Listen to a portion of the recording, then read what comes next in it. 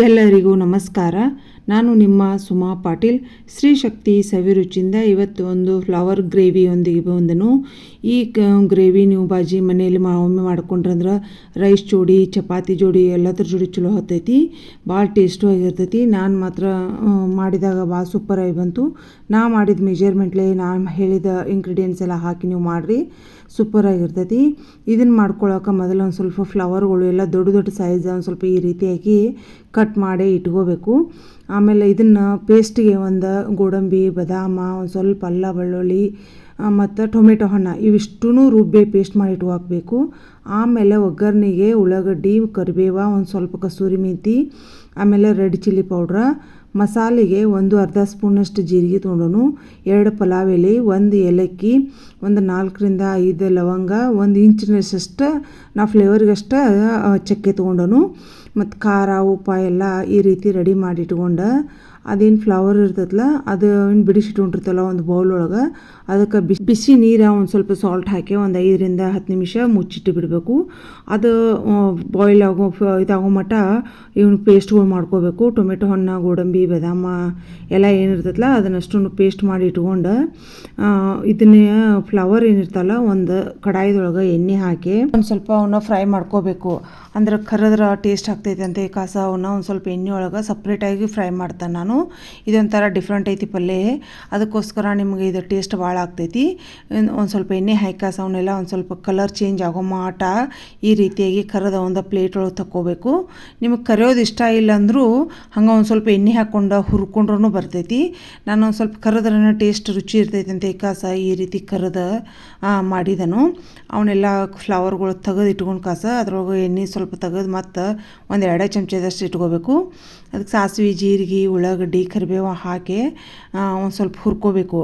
ಆಮೇಲೆ ನಾವು ಏನು ಮಸಾಲೆ ಇರ್ತಾವಲ್ಲ ಜೀರಿಗೆ, ಏಲಕ್ಕಿ, ಲವಂಗ, ಪಲಾವ್ ಎಲೆ ಅವನ್ನ ಹಾಕಿ ಒಂದು ಸ್ವಲ್ಪ ಫ್ರೈ ಮಾಡಬೇಕು. ಅಂದ್ರೆ ಸ್ವಲ್ಪ ಕಲರ್ ಚೇಂಜ್ ಆಗೋ ಮಟ್ಟ ಎಣ್ಣೆ ಒಳಗೆ ಹುರಿದು ಕಾಸ ಅದಕ್ಕೆ ಅರಿಶಿನ ಹಾಕಿ ಕಾಸ ಒಂದು ಸ್ವಲ್ಪ ಹಿಂಗೆ ಹಾಕಿ ಇನ್ನು ರುಬ್ಬಿಟ್ಕೊಂಡಿರ್ತಲ್ಲ ಆ ಪೇಸ್ಟ ಗೋಡಂಬಿದದು ಅದನ್ನು ಹಾಕಿ ಒಂದು ಸ್ವಲ್ಪ ಹುರಿಬೇಕು. ಯಾವಾಗಲೇ ನಾನು ಟೊಮೆಟೊ ಹಣ್ಣು, ಗೋಡಂಬಿದು ಹಿಂಗೇನು ಹುರಿದಿರ್ತವಲ್ಲ ಅವಾಗ ಒಂದು ಸ್ವಲ್ಪ ಹುರ್ಕೋಬೇಕು ಅವನ್ನ. ಈ ಟೈಮ್ ಒಳಗೆ ಒಂದು 2 ಚಮಚ ಮೊಸರು ಹಾಕಬೇಕಾಗಿತ್ತು, ನಾನು ಆಮೇಲೆ ಹಾಕಿದನು. ನೀವು ಈ ಟೈಮ್ ಒಳಗೂ ಒಂದು 2ರಿಂದ 3 ಚಮಚ ಮೊಸರು ಹಾಕೋರಿ, ಕ್ವಾಂಟಿಟಿ ನೋಡಿ ಕಾಸ.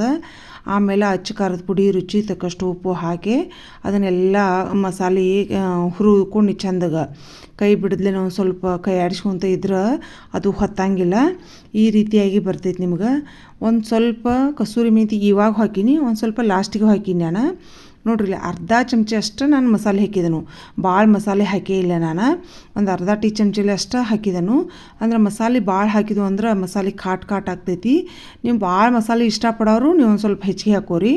ನಾನು ಮಾತ್ರ ಒಂದು ಅರ್ಧ ಚಮಚದಷ್ಟು ಗರಂ ಮಸಾಲೆ ಹಾಕ್ಕೊಂಡನು. ಆಮೇಲೆ ಅವನೇನು ಫ್ಲವರ್ಗಳು ಕರೆದಿಟ್ಕೊಂಡಿರ್ತವಲ್ಲ ಅವನ್ನ ಹಾಕಿ ಅದೆಲ್ಲ ಖಾರ ಉಪ್ಪು ಕೂಡೋ ಮಟ ಅಂತ ಚಂದಾಗ ಕುದಿಸ್ಬೇಕು. ನಾನು ನೋಡಿದ್ನಿ ಅವನು ಸ್ವಲ್ಪ ಕುದಿದ್ದು. ನೋಡ್ರಿ ಈ ಮೊಸರು ಈ ಟೈಮಲ್ಲಿ ಹಾಕಿನಿ ನಾನು, ಆವಾಗಲೇ ಹಾಕಿದ್ರೂ ಬರ್ತೈತಿ. ನಾನು ಇದನ್ನು ಈಗ ಹಾಕಿದ್ನಿ. ಹಾಕಿ ಒಂದು ಕುದಿಸ್ಬೇಕು. ಆಮೇಲೆ ಒಂದು ಸ್ವಲ್ಪ ಟೊಮೆಟೊ ಹಣ್ಣು, ಹುಳಿದು ಎಲ್ಲ ಹಾಕಿರ್ತವಲ್ಲ ಅದಕ್ಕೋಸ್ಕರ ಒಂದು ಅರ್ಧ ಟೀ ಸ್ಪೂನಷ್ಟು ಸಕ್ಕರೆ ಹಾಕಿ ಕುದಿಸಿದ್ರೆ ಫ್ಲವರ್ ಕರಿ ರೆಡಿ ಆಗ್ತೈತಿ. ಟೇಸ್ಟ್ ಮಾತ್ರ ಭಾಳ ಸೂಪರಾಗಿರ್ತು. ಚಪಾತಿ ಅನ್ನ ಜೋಡಿ ಭಾಳ ರುಚಿ ಹತ್ತೈತೆ ಅಂತ ಯಾವಾಗಲೇ ಹೇಳಿದೆ ನಾನು. ಮೇಲ್ಗಡೆ ಒಂದು ಸ್ವಲ್ಪ ಕೊತ್ತಂಬರಿ ಆಮೇಲೆ ಕಸೂರಿ ಮೆಂತಿ ಹಾಕಿ ಪ್ಲೇಟ್ ಮುಚ್ಚಿ ಒಂದು ಸ್ವಲ್ಪ ಈ ರೀತಿ ಫ್ರೆಶ್ ಚಪಾತಿ, ಬಿಸಿ ಬಿಸಿ ಚಪಾತಿ ಮಾಡ್ಕೊಂಡು ಪಲ್ಯ ಹಚ್ಕೊಂಡು ತಿಂದ್ರೆ ಎಲ್ಲರೂ 2 ಚಪಾತಿ ತಿನ್ನೋ ಅಲ್ಲಿ 3 ತಿಂತಾರು. ಈ ರೀತಿ ನೀವು ಫ್ಲವರ್ ಪಲ್ಯ ಮಾಡಿ ಮನೆಯಲ್ಲಿ ನೋಡ್ರಿ, ಭಾಳ ಸೂಪರಾಗಿರ್ತೈತಿ.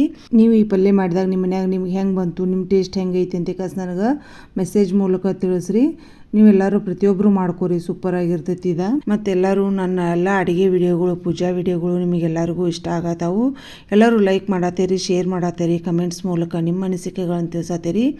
ನಿಮ್ಮೆಲ್ಲರ ಸಪೋರ್ಟ್ ಸದಾ ಯಾವಾಗಿದ್ರೂ ಹಿಂಗೆ ಇರಲಿ. ಮತ್ತು ಯಾರೆಲ್ಲ ಫಸ್ಟ್ ಟೈಮ್ ನೋಡ್ತಾರಲ್ಲ ಅವರು ಸಬ್ಸ್ಕ್ರೈಬ್ ಮಾಡೋದಂತೂ ಮರೆಯೋಕೆ ಹೋಗ್ಬೇಡ್ರಿ. ವಿಡಿಯೋ ಇಷ್ಟ ಆದವ್ರಂತೂ ಲೈಕ್ ಬಟನ್ ಕೊಡೋದಂತೂ ಮರೆಯೋಕೆ ಹೋಗ್ಬೇಡ್ರಿ. ನಿಮ್ಮೆಲ್ಲರ ಸಪೋರ್ಟ್ ಸದಾ ಯಾವಾಗಿದ್ರೂ ಹೀಗೆ ಇರಲಿ. ಎಲ್ಲರಿಗೂ ಮತ್ತೊಮ್ಮೆ ತುಂಬ ಧನ್ಯವಾದಗಳು. Thank you so much.